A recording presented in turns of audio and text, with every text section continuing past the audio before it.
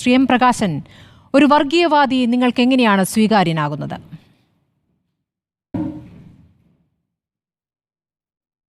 ഇന്നത്തെ വിഷയത്തിൻ്റെ ചർച്ചയിലേക്ക് കടക്കുന്നതിന് മുമ്പ് നിങ്ങൾ കാണാതെ പോയ ഒരു കാര്യം പറയേണ്ടതുണ്ട് എന്നെനിക്ക് തോന്നുന്നു. ഇവിടെ ഒരു കെട്ടിടം, ഒരു പഴയ കെട്ടിടം വീണ് ഒരാൾ മരിച്ചപ്പോഴും, ഷോക്കേറ്റ് ഒരു കുട്ടി മരിച്ചപ്പോഴും വലിയ താല്പര്യത്തോടെ ആ വിഷയം ചർച്ച ചെയ്യാൻ വേണ്ടി താല്പര്യപ്പെടുത്തിയ ഒന്നാണ് റിപ്പോർട്ടർ എന്നുള്ളത് ഞാൻ പറയേണ്ടതില്ല. എന്നാൽ ഇവിടെ യൂത്ത് കോൺഗ്രസ്സുകാർ ഒരു ആശുപത്രിയിലേക്ക് പോകുന്ന ആംബുലൻസ് തടഞ്ഞ് ഒരാൾ മരിച്ചപ്പോൾ അത് നിങ്ങൾക്ക് വാർത്തയാവുന്നില്ല, അത് ചർച്ചാ വിഷയമാവുന്നില്ല. നിങ്ങളുടെ രാഷ്ട്രീയത്തെ ഇതിൽ പരം വെളിവാക്കുന്ന മറ്റൊന്നില്ല എന്നുള്ള കാര്യം ആമുഖമായി പറഞ്ഞു വെക്കേണ്ടതുണ്ട്. ഇവിടെ CPM-ന്റെ ഈ കാര്യത്തിലുള്ള നിലപാട് CPM-ന്റെ സംസ്ഥാന സെക്രട്ടേറിയറ്റ് വളരെ കൃത്യമായ നിലക്ക് തന്നെ പറഞ്ഞിട്ടുണ്ട്.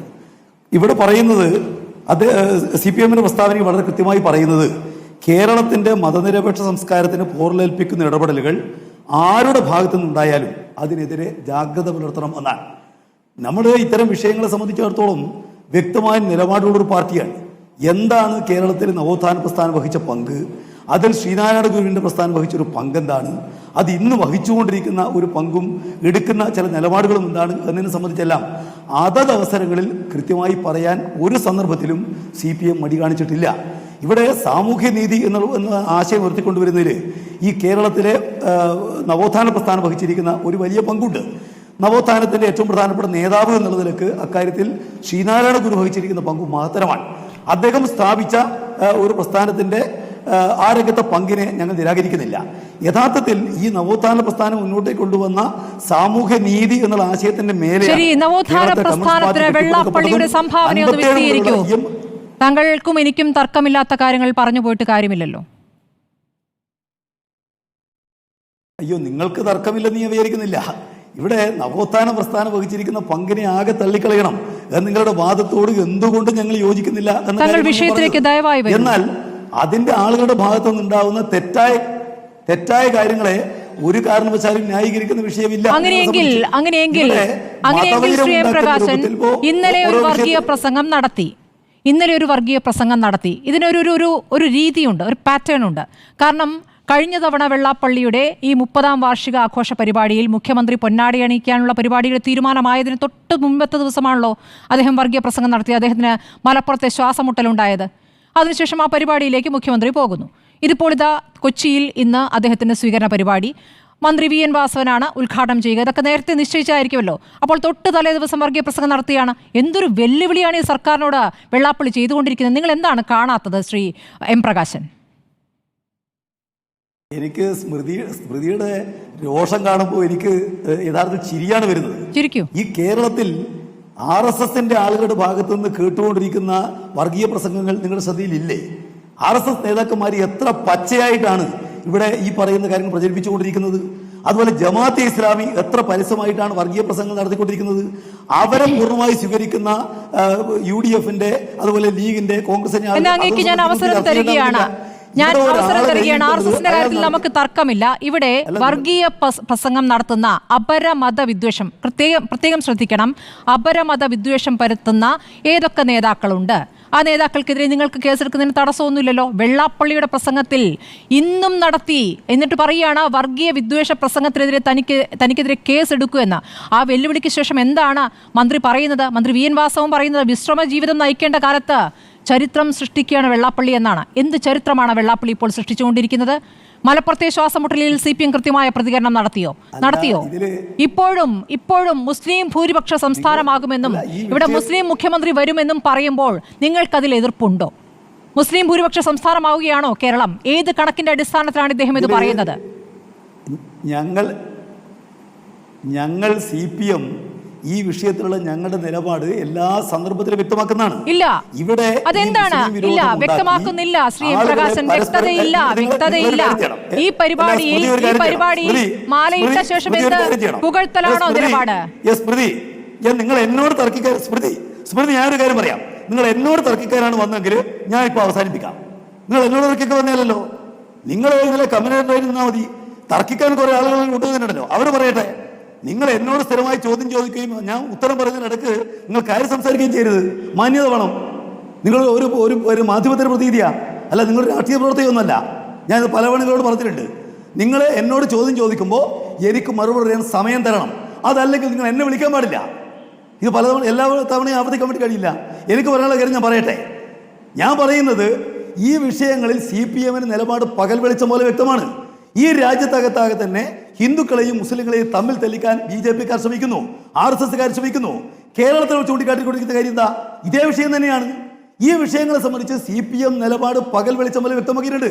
ഞങ്ങളുടെ നിലപാട് പറയുന്ന ആളല്ല വെള്ളാപ്പള്ളി. അദ്ദേഹത്തിന്റെ നിലപാട് പറയും. അത്തരം വിഷയങ്ങളിലാണ് ഞങ്ങളുടെ നിലപാട് ഒരു കാരണവശാലും ഞങ്ങൾ മറച്ചു വെച്ചിട്ടില്ല.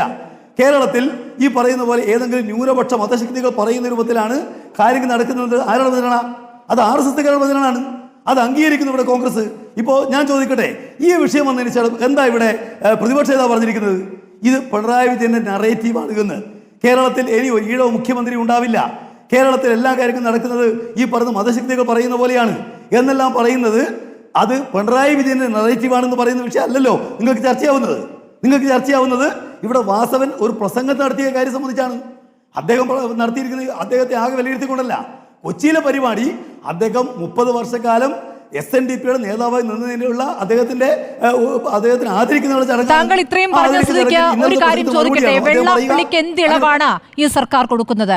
SNDP യോഗം ജനറൽ സെക്രട്ടറിക്ക് ഇഷ്ടം പോലെ വർഗീയത പറയാം, അപരമത വിദ്വേഷം പറയാം എന്നൊരു പുതിയ നിയമം നിങ്ങൾ എഴുതി ചേർക്കുന്നുണ്ടോ? വെള്ളാപ്പള്ളി മുസ്ലിം വിരുദ്ധ പരാമർശങ്ങൾ നടത്തുമ്പോൾ സർക്കാർ അതിൽ ഒരു പ്രതികരണവും നടത്തിയിട്ടില്ല. പിന്നെ നിങ്ങളുടെ സമയത്ത് പറയുന്നു എന്ന് പറഞ്ഞ് എന്താണ് പറഞ്ഞിട്ടുള്ളത് വെള്ളാപ്പള്ളിക്ക്? നിങ്ങൾ RSS-നെതിരെ എന്ന് പറഞ്ഞുകൊണ്ടിരിക്കുന്നു. ഇവിടെ ഇപ്പോൾ RSS-നും നിങ്ങൾക്കും ഒരുപോലെ സ്വീകാരനാണല്ലോ വെള്ളാപ്പള്ളി. അതിലേ സംഭവിക്കുന്നത്. നിങ്ങൾ വെള്ളാപ്പള്ളിക്കെതിരെ പറഞ്ഞ ഒരു വിമർശനം പറയൂ. ഈ വർഗീയ പരാമർശങ്ങളിൽ ഒരു വിമർശനം നിങ്ങൾ പറഞ്ഞത് പറയുന്നേ. ഞാൻ പറയാം, SNDP പല സന്ദർഭങ്ങളിലും സ്വീകരിച്ചിട്ടുള്ള നിലപാടുകളെ ഞങ്ങൾ ശക്തമായി കുറിച്ചിട്ടുണ്ട്. ഇപ്പോൾ ഒരു ജാതി, ഒരു മതം, ഒരു ദൈവം, മനുഷ്യന് എല്ലാ വിഭാഗത്തിൽപ്പെട്ട ആളുകളും സോദരത്വേന വാഴുന്ന മാതൃകാസ്ഥാനമാണിത് എന്ന് പറഞ്ഞ ശക്തികൾ ജാതി സംബന്ധിച്ച് മാത്രം സംസാരിക്കുന്ന നിലപാട് ശരിയല്ല എന്ന് എത്ര തവണ ഞങ്ങൾ പറഞ്ഞിട്ടുണ്ട്. സാമൂഹ്യ നീതിയുടെ വിഷയം ഞാൻ ചോദിക്കട്ടെ, ഈഴവന് ഈ കേരളത്തിൽ എഴുന്നേറ്റ് നിൽക്കാൻ വേണ്ടി കഴിഞ്ഞിരിക്കുന്നത് സാമുദായിക പ്രസ്ഥാനത്തിന് പ്രവർത്തനപരമായിട്ടാണോ? അല്ല എന്നുള്ളത് ആർക്കറിയാതിരിക്കുന്നത്? ഇവിടെ ഒരു കാലത്ത് ഇടപെടുന്നതിൽ ക്ഷമിക്കണം. ഇവിടെ നവോത്ഥാന പ്രസ്ഥാനങ്ങളുടെ പ്രവർത്തനത്തെ ഒന്നും ഇവിടെ ആരും കുറ്റപ്പെടുത്തുന്നില്ല എന്നേ. അങ്ങനെയൊക്കെയാണല്ലോ കേരളം ഉണ്ടായത്. അങ്ങനെയുള്ള കേരളം പിന്നോട്ട് നടത്തിക്കാൻ ഇവിടെ ചിലർ നടത്തുന്ന ശ്രമങ്ങളെക്കുറിച്ചാണല്ലോ ചോദ്യം. വെള്ളാപ്പള്ളിക്കെതിരെ ഒരു വാചകം അങ്ങിൽ നിന്ന് കേൾക്കുന്നില്ലെന്നേ. ഇങ്ങനെ പരത്തി പറയാതിരിക്കുമോ? അങ്ങേക്ക് ഷാർപ്പായിട്ട് പല കാര്യങ്ങളും പറയാൻ അറിയാമല്ലോ. വെള്ളാപ്പള്ളിയുടെ പ്രസ്താവന തെറ്റാണ്, ഞങ്ങളിത് നിരാകരിക്കുന്നു, ഇത് ശരിയല്ല, വർഗീയ പ്രസംഗം നടത്താനാവില്ല എന്നൊരു വാചകം നിങ്ങളിൽ നിന്ന് കേൾക്കാൻ കൊതിയാകുന്നു ശ്രീ എം പ്രകാശൻ. എന്നാൽ നിങ്ങൾ ഞങ്ങളുടെ പ്രസ്താവന ഒന്ന് വായിക്കണം. CPM-ന്റെ പ്രസ്താവന നിങ്ങളുടെ കയ്യിലുണ്ടാവുമല്ലോ. ഇപ്പൊ ഇറക്കിയിരിക്കുന്ന പ്രസ്താവന, ആ പ്രസ്താവനയുടെ അവസാന വാചകം ഏതൊരു ജനവിഭാഗത്തിന്റെ പ്രശ്നങ്ങൾ ആർക്കും അവതരിപ്പിക്കാം. എന്നാൽ അത് ഇപ്പൊ ഇറക്കിയിരിക്കുന്ന നിങ്ങൾ പിന്നെ ടേബിളിൽ ചോദിച്ചു നോക്ക്. എന്നാൽ അത് മതവൈരം ഉൾപ്പെടെ ഉണ്ടാക്കുന്ന തരത്തിലാവരുത് എന്ന് സംസ്ഥാന സെക്രട്ടറി പ്രസ്താവനയിൽ പറഞ്ഞു. ആ പ്രസ്താവന ആരംഭിക്കുന്നത് എങ്ങനെയാ? കേരളത്തിന്റെ മതനിരപേക്ഷ സംസ്കാരത്തിന് പോറലേൽപ്പിക്കുന്ന ഇടപെടലുകൾ ആരുടെ ഭാഗത്തു നിന്നുണ്ടായാലും അതിനെതിരെ ജാഗ്രത പുലർത്തണമെന്ന് ജനങ്ങളോട് ആവശ്യപ്പെടുക ഞങ്ങള്. അത്രയല്ലാതെ എന്താ അതാണ് ജനങ്ങളെ ബോധവൽക്കരിക്കുക. എന്തൊരു നിസ്സഹായതയാണ് ശ്രീ എം പ്രകാശൻ. നിങ്ങളല്ലേ ഭരണത്തിൽ? കേസെടുക്കേണ്ട സംഭവമാണിത്, കേസെടുക്കേണ്ട സംഭവം. നിങ്ങൾക്ക് PC ജോർജിലും വെള്ളാപ്പള്ളിയിലും എന്ത് വ്യത്യാസമാണ് കാണാനാകുന്നത് ഇത്തരം പ്രസ്താവനകളിൽ? വേറെ കാര്യങ്ങളൊന്നും ഞാൻ ചോദിക്കുന്നില്ല. ഇത്തരം വർഗീയ പ്രസ്താവനകളിൽ, മുസ്ലിം വിരുദ്ധ പ്രസ്താവനകളിൽ PC ജോർജിനും വെള്ളാപ്പള്ളിക്കും എന്താണ് വ്യത്യാസം? അല്ല, അതിലൊക്കെ ഇപ്പോ ഇത്തരം കാര്യങ്ങളെല്ലാം നിയമപരമായിട്ടുള്ള കാര്യങ്ങൾ അത് നോക്കാനാണല്ലോ പോലീസ് നിൽക്കുന്നത്. അത്തരം കാര്യങ്ങൾ തീർച്ചയായിട്ടും ആ കാര്യങ്ങൾ പോലീസ് നോക്കും. ഞങ്ങൾ ആ കാര്യങ്ങൾ എടുത്ത നിലപാട് സംബന്ധിച്ചാണ് പറയുന്നത്. ഒരു കാരണവശാലും ഈ നിലപാട് ആളുകളെ രണ്ട് തട്ടുകളാക്കി തിരിക്കാൻ വേണ്ടി പറ്റാവുന്ന നിലപാട് ആരുടെ ഭാഗത്തും ഉണ്ടാവാൻ പാടില്ല എന്ന നിലപാട് ഞങ്ങൾക്കുള്ളത്. എന്നാൽ അതേ അവസരം SNDP എന്നുള്ള പ്രസ്ഥാനം നടത്തിയിരിക്കുന്ന സാമൂഹികമായ ഇടപെടലുകളെ അതിനാകെ തള്ളിക്കാനും സാധ്യമാവുന്നില്ല. ഈ പ്രസ്ഥാനത്തെ തള്ളാനൊന്നും ഇവിടെ ആരും പറഞ്ഞിട്ടില്ല. ഇത്രയും വർഗീയ പ്രസംഗങ്ങൾ നടത്തിയിട്ടും ശ്രീ എം പ്രകാശൻ അദ്ദേഹം നവോത്ഥാന സംരക്ഷണ സമിതിയുടെ ചെയർമാനായി തുടരുകയാണ്. ആ നവോത്ഥാന സംരക്ഷണ സമിതി ചെയർമാന്റെ നാവിൽ നിന്ന് വരുന്ന വർഗീയത, നിങ്ങൾ അതിനെതിരെ ഒരു വാക്ക് പറയുന്നില്ല. അദ്ദേഹത്തിന്റെ ഈ വിശ്രമകാലത്തെ, അദ്ദേഹത്തിന്റെ അശ്രാന്ത പരിശ്രമത്തെ വാനോളം പുകഴ്ത്തുകയാണ് വി എൻ വാസവൻ, പൊന്നാടി അണിയിക്കുകയാണ് പിണറായി വിജയൻ. എന്നിട്ട് ഈ വൈകിയ വേളയിൽ ഇതാ ഒരു പ്രസ്താവന ഇറക്കിയിരിക്കുന്നു എന്ന് പറയുകയാണ്. എങ്ങും തൊടാത്തൊരു പ്രസ്താവന. വെള്ളാപ്പള്ളി നടേശൻ നിലയ്ക്ക് നിൽക്കണം എന്ന് പറയാൻ ഈ CPM-ന് എന്താണ് നട്ടലില്ലാത്തത് ശ്രീ എം പ്രകാശൻ? നിങ്ങൾക്ക് പല താല്പര്യം ഉണ്ടാവും, നിങ്ങൾക്ക് പല ആവശ്യം ഉണ്ടാവും. ശരി, എങ്ങനെയെങ്കിലും ഈ പറയുന്ന ചില ആളുകളെ യു ഡി എഫിന്റെ ക്യാമ്പിൽ എത്തിക്കാൻ നിങ്ങൾക്ക് താല്പര്യം ഉണ്ടാവും.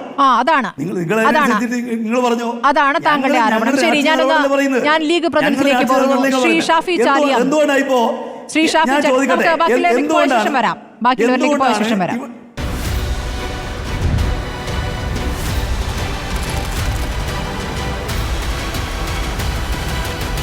Debate with Smriti Parathikkad.